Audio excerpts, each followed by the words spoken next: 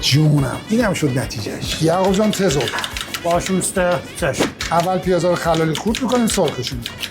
تک رخ رستوران غذاları هم آدلوده، هم تاملوده، هم دادلوده. جان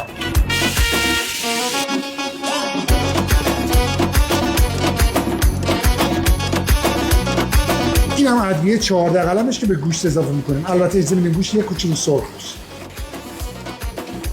بعد ادویه رو با اضافه میکنیم، تفریحی. یه سری زعفرون الان به خورش اضافه میکنن، اما تو اینجا آخر درستش هم همین.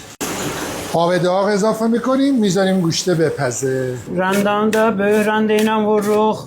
آیاشه ساقول. Xuruş üçün.